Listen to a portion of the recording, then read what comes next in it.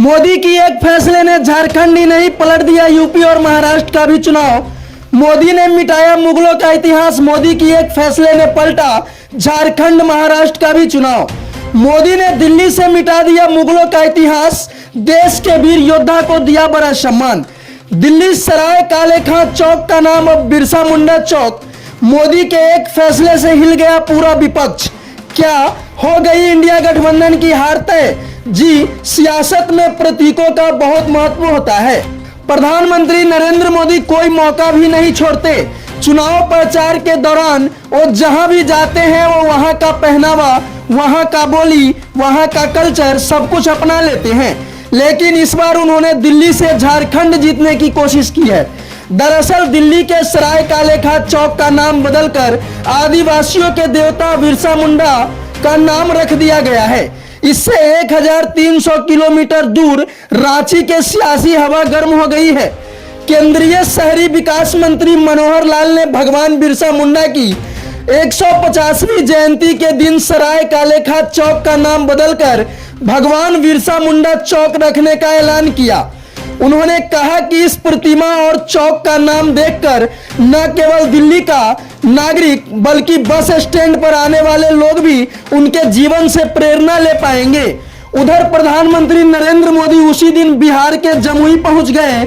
वहां से 6000 करोड़ का परियोजना की सौगात दी। बिरसा मुंडा बिहार और झारखंड में भगवान की तरह पूजे जाते हैं। उनकी जयंती पर सरकार जनजातीय गौरव दिवस के रूप में मनाती है। आदिवासियों के लिए सरकार लगातार बड़ी योजनाओं का ऐलान करती रही है। उनकी संस्कृति को सहेजने के लिए कई प्रोजेक्ट चल रहे हैं। लेकिन चुनाव से चंद दिन पहले जिस तरह सरकार ने दिल्ली में उस चौक का नाम बदलने का ऐलान किया है, जहां यूपी, बिहार, झारखंड से हजारों लोग रोजाना आते हैं, तो इसका मायने बहुत खास है। चलिए, अगर आप नहीं जानते हैं कि कौन थे बिरसा मुंडा तो बताते हैं। 15 नवंबर 1875 को रांची के उलीहातू गांव में एक आदिवासी परिवार में जन्म हुआ था। पिता सुगना मुंडा और मां कर्मी हटू की संतान था। बिरसा मुंडा की शुरुआती पढ़ाई मिस्टरीय स्कूल में हुआ था। तब उन्होंने अंग्रेजों के जुर्म देखे और उनके खिलाफ जंग का बिगुल फूंक दिया।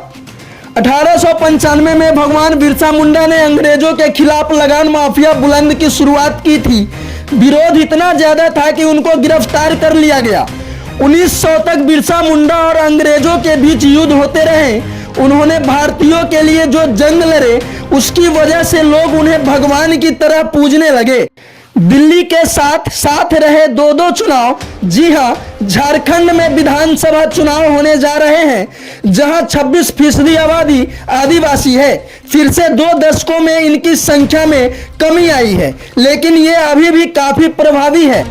60% से ज्यादा विधानसभा सीटों पर आदिवासी अभी भी निर्णायक स्थिति में है। सिर्फ झारखंड ही नहीं, महाराष्ट्र में भी आदिवासियों की अच्छी खासी आबादी है। महाराष्ट्र की 32 से 35 सीटों पर वो जीत हार तय करने की स्थिति में है। यही वजह है कि दिल्ली, बिहार से दोनों राज्यों के आदिवासियों को साधने की कोशिश की गई है। मध्य प्रदेश, राजस्थान, छत्तीसगढ़ चुनाव में भी बीजेपी इसी तरह की कोशिश की थी। तब पीएम मोदी उलीहातू पहुंच गए थे, जो भगवान बिरसा मुंडा की जन्मभूमि है। इसी वजह से विपक्ष की हालत अभी से खराब हो गई है। उनके हाथों से मुद्दे छीनते चले जा रहे हैं और मोदी एक एक फैसले से पूरी सियासत पलट दे रहे हैं। इस मुद्दे पर आपकी क्या राय है, कमेंट करके जरूर बताएं। वीडियो को अंत तक देखने के लिए धन्यवाद।